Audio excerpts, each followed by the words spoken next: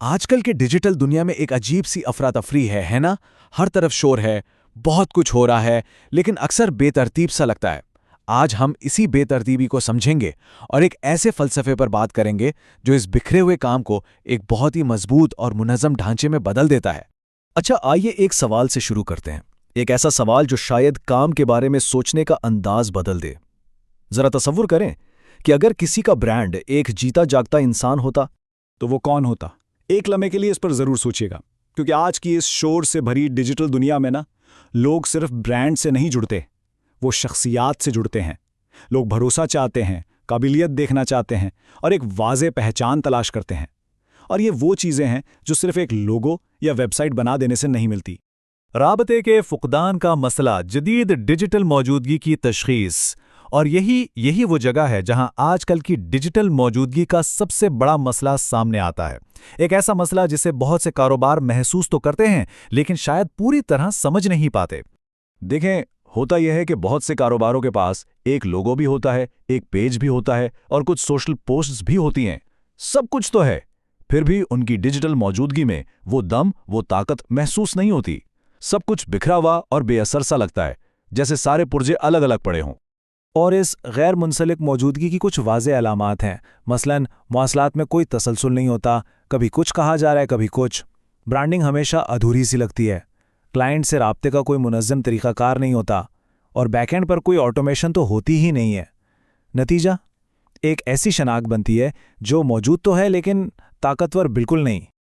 تو اصل فرق کیا ہے؟ فرق سوچ کا ہے۔ ایک طرف ہیں غیر منسلک ڈیلیوریبلز، یعنی بس ایک لوگو لے لیا، ایک ویب سائٹ بنوا لی، کچھ سوشل پوسٹ کروا لیں۔ دوسری طرف ہے ایک مکمل ڈیجیٹل سسٹم، یعنی ایک پورا انفراسٹرکچر، ایک ایکو سسٹم، ایک مکمل آرکیٹیکچر۔ یہ صرف چیزیں نہیں ہیں، یہ ایک جڑا ہوا نظام ہے۔ اور یہی اس مسئلے کی جڑ ہے۔ اصل مسئلہ سروسز کی کمی کا ہے ہی نہیں، مسئلہ ہے ڈھانچے کی کمی کا۔ جب تک ہر حصہ ایک دوسرے سے جڑا نہ ہو تب تک وہ مل کر ایک طاقتور قوت کیسے بن سکتے ہیں؟ ڈھانچے کا فلسفہ ڈیجیٹل کام کے لیے ایک نئے پیراڈائم کا تعارف، اور یہیں سے پاکیکسٹو کا فلسفہ شروع ہوتا ہے۔ یہ ڈیجیٹل کام کو دیکھنے کا ایک بالکل نیا، ایک انقلابی طریقہ ہے۔ اس کا ایک بنیادی اصول ہے، شور سے زیادہ سسٹم اہم ہے۔ بے ترتیب کوشش بے ترتیب نتائج پیدا کرتی ہے، منظم کوشش پیشہ ورانہ ترقی پیدا کرتی ہے۔ مطلب بہت سادہ ہے، بے ترتیب محنت سے تو بے ترتیب نتائج ہی آئیں گے، لیکن جب اسی محنت کو ایک منظم ڈھانچے میں، ایک سسٹم میں ڈال دیا جائے تو یہ صرف نتائج نہیں لاتی، بلکہ یہ ٹیم کی پیشہ ورانہ ترقی کا باعث بھی بنتی ہے۔ تو یہ ڈیجیٹل انفراسٹرکچر آخر ہے کیا؟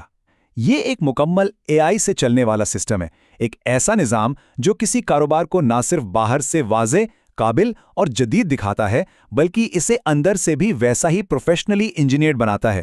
یہ صرف دکھاوا نہیں ہے، یہ اصل کام ہے۔ اچھا، اس فلسفے کے پیچھے کچھ اور بنیادی عقائد بھی ہیں۔ پہلا، پریزنٹیشن صرف سجاوٹ نہیں ہوتی، یہ اعتماد بناتی ہے۔ دوسرا، AI کوئی وقتی چال نہیں، یہ ایک بنیادی حصہ ہے۔ تیسرا، پریمیم کام کے لیے اندرونی نظم و ضبط لازمی ہے۔